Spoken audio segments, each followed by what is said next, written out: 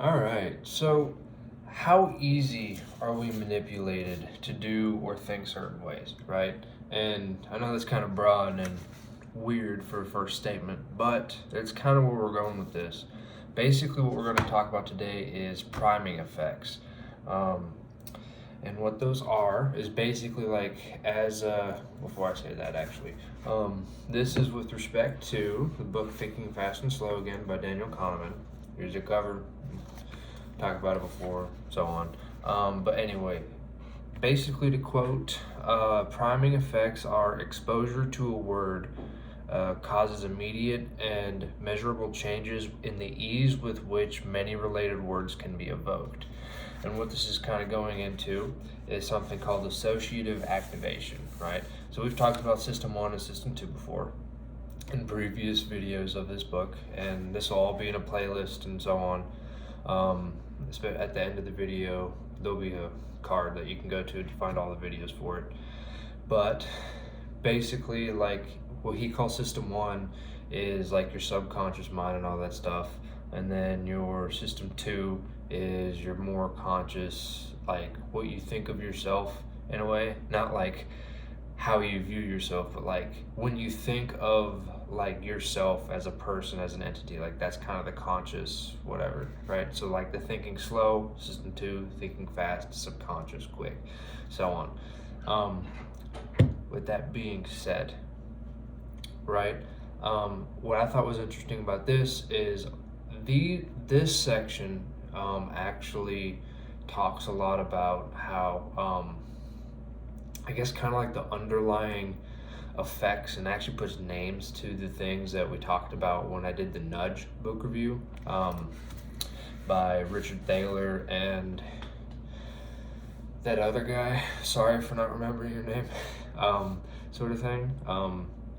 I'll put a card to that actually at some point so you guys can see it. I'll do it in like another minute or so, but just so you guys can get easy access to that too. But anyways, so basically what associative activation is ideas have been evoked, ideas that have been evoked trigger many other ideas in a spreading cascade of activity in your brain. The essential feature of this complex set of mental events is its coherence. Each element is connected and each supports and strengthens the others, right? And so it's kind of like how you're associating ideas while you're thinking, right? It's not so much like a linear train of thought. It's more of kind of like a web that spreads out in a way. And so one thing, I forgot what I was listening to. It's probably, I think it was a podcast or something. Actually, you know what? It's probably by a podcast by Eric Sue. I forget what it's called. But it's like a marketing podcast or whatever. I was still in college when this happened, but how you think, and they described it as like basically like your train of thought is like a bird going from tree to tree to tree. They don't have to go down in a line. They kind of zigzag. And all the trees are like in the same area, like they're all related, and it's kind of the same. They're all associated, but it's like you're hopping from tree to tree, right? And it's kind of like there's this like network / web effect in a way, right? So there's that. All of this happens pretty quickly. You don't think about it. It's your subconscious at work, right? And one thing to note is that basically this type of like cognition is embodied, right? You don't just think with your mind or your brain, your body does as well. So like if you think about certain things or associate certain things, you'll start to have actual like physiological like reactions to it. Obviously, and one of the examples he brings up is bananas and vomit, right? And so you get kind of like a little repulsive feeling when you start associating those two as of right now, right? And that's kind of his idea. I'll let like the technicalities and stuff for him to explain if you guys read the book, because there's always a link in the description for the books and stuff that I use. That being said, there are 3 main priming effects discussed, right? So we have ideomotor, money priming, and the Lady Macbeth effect, right? And those are the ones we're going to talk about, at least. There's probably more, but Anyways, so basically to start off with the ideomotor, right? And so idea, and motor is like actual doing stuff. And so basically what they found is this was an experience by someone by the name of John Barg, um, for New York University. And basically they had college students have like a group of 4 to 5 words, and they had to make a short sentence, and they ended up calling this like the Florida effect, kind of like retirement homes and such. So like they noticed that if basically they made sentences or gave them just words that had like a more elderly / older context, like Florida. See if I can find. So like they gave them the words, for example, like Florida, forgetful, bald, gray, or wrinkle, and those types of words. And then they had them basically walk down the hallway to do something else. And they didn't know the whole point of the experiment was to see them walking, right? And so they did this part and then walked to the next section. And I noticed that the students that had the older context of words walked significantly slower than the ones who didn't, right? And so basically they found that you can influence an action by an idea, right? In this case, older, right? And so they noticed that the young people who had fashioned a sentence from words with an elderly theme walked down the hallway significantly slower than others, right? And this also works in reverse, they found out too. But more on that in a second. That. I'm trying a new way of like making up my notes, so bear with me for a second. An example of the ideomotor effect in the opposite direction, meaning like having an action kind of evoke a thought, idea, or feeling or whatever, is like, you know how the whole like fake it, like force yourself to smile, like look happy even if you aren't. And they actually found out that like they did something similar to where I think they put like a pencil in their mouth or something, and like they put it in their mouth in a way that forced them to smile. I think it was like they put it like sideways, and so they had to like sort of thing.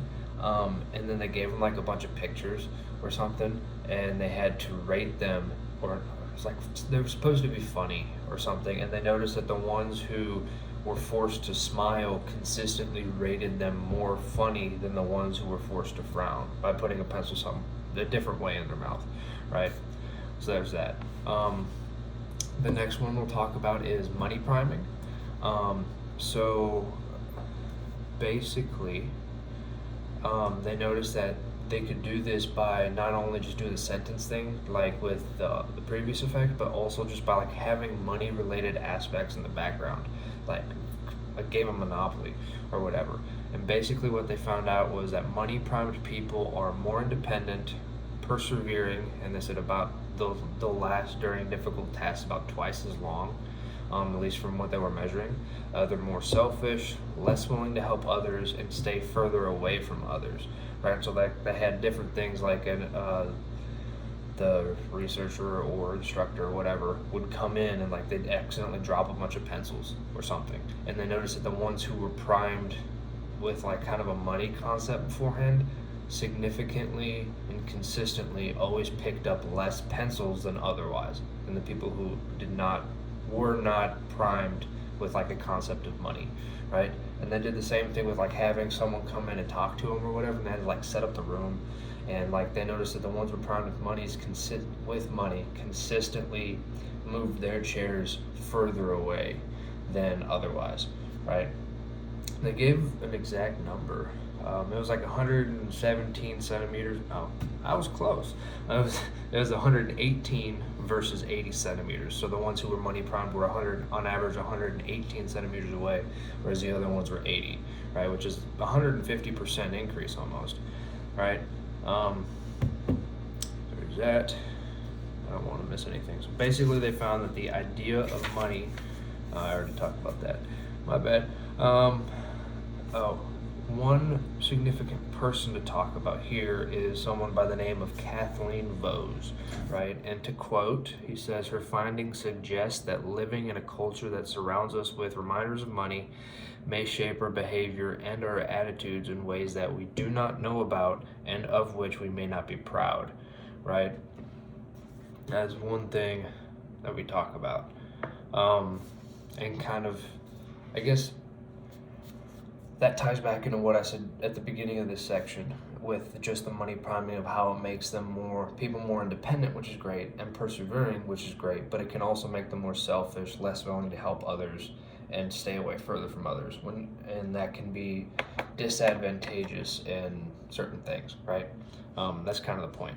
One side note, it's kind of, I guess, like the same idea as the money priming. I wouldn't call it another effect, but like they noticed that priming people with like the idea of like their own mortality too made them more prone to, I want to get his exact words in here for a second. So the evidence of priming studies suggests that reminding people of their mortality increases the appeal of authoritarian ideas, which may become reassuring in the context of the terror of death. Now, he doesn't cite any specific experiments, but and he does say the study suggests, so I don't know if that's like a kind of him extrapolating that or what, but I just kind of want to make that disclaimer because we are talking about authoritarian ideas. And if you've watched any of my older videos, probably from 1.5 2 years ago or so, that was something we talked about a bit. Anyways, the last one, so the Lady Macbeth effect. Right? Basically, this one found that the general idea is feeling that one's soul is stained appears to trigger desire to cleanse one's body.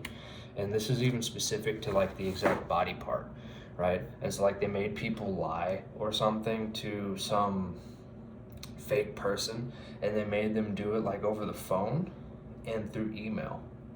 And then they're like, okay, yeah, and then they like offered them products or whatever the hell. And they basically found that like the people who did it through email were much more likely and they more often went for like hand soap versus mouthwash, whereas the ones who did it by phone were much more prone to pick the mouthwash. So like it's this idea or whatever that like again, like if your soul is stained, to use his words, it makes you want to cleanse it somehow, whether it be your hands if you did it with your hands, or your mouth if you did it with your mouth, like over the phone said something to somebody versus like typing it out in an email or handwriting it or something like that, right? So why is this important? And I prefer to start videos off with this, but oops. But basically it helps you kind of understand that sometimes we're like kind of predisposed to act or think in certain ways. And it's kind of like nudging, which is why I brought up that book, right? Is because it's really like, it's not like actually he says something specifically with this. So I want to say, so he says, do these experiments demonstrate that we are completely at the mercy of whatever primes the environment provides at any moment, right? It's like, are we basically at will of the environment? Of course not. He says, the effects of the primes are robust, but not necessarily large. So and they give an example of a school. So he says, among 100 voters, only a few whose initial preferences were uncertain will vote differently about a school issue if their precinct is located in a school rather than a church, but a few percent could tip an election, right? So one of the examples he gives is like having like, a precinct or whatever, when you go to vote in elections, sometimes like mine's in the school where I'm from, sometimes they're in churches, wherever they happen to be, right? Some building of some sort. And they also found that with that specific example, if the voters were parents with school-aged children, this effect was even greater because it's a relating thing, right? Like you have kids, and so like you voting for like giving more money for the schools and stuff, those sort of platforms would have a greater effect on your kids and so on. And it's kind of that idea, right? But basically it's like nudging in terms of that book, to where it's like what was it? they called it like paternal libertarianism. I don't want to go down that rabbit hole. It's been a while. I'd have to look over my highlights and notes and stuff from that book too. But anyways, basically it's like their priming is just nudging, right? It's not necessarily like forcing you in a certain direction. It's kind of like a, hey, this is a thing. It's reminding you of it, bringing it up, even subconsciously, just in the back of your head, and you're making decisions with that, right? And so it doesn't necessarily like dictate your decisions. Like it's not that significant or strong as he says. It's like he said, it's like the ones who are already uncertain or kind of on the fence, it can kind of sway them a little bit to make a decision in favor of that, right? And so, and that's only going to be like the few in the middle. But again, like in terms of an election, sometimes all you need is those few to go over. But yeah, so that's going to be the end of this one. With that being said, again, like I said earlier, playlist will be in one of the corners. I'll put the nudge video in here so you guys can find that easy. Actually, I'll just do that as an end card. Sorry, I like to make notes because I don't want to forget about it, because I am prone to that. But anyways, so you guys can find that easier. And if you can think of any personal experiences with this, especially like with probably, I guess, like the Ideomotor effect or whatever, but any of them really, just in general, I'd love to hear about those in the comments and that sort of thing. But with that being said, I'm going to leave this one here and see you guys on the next one.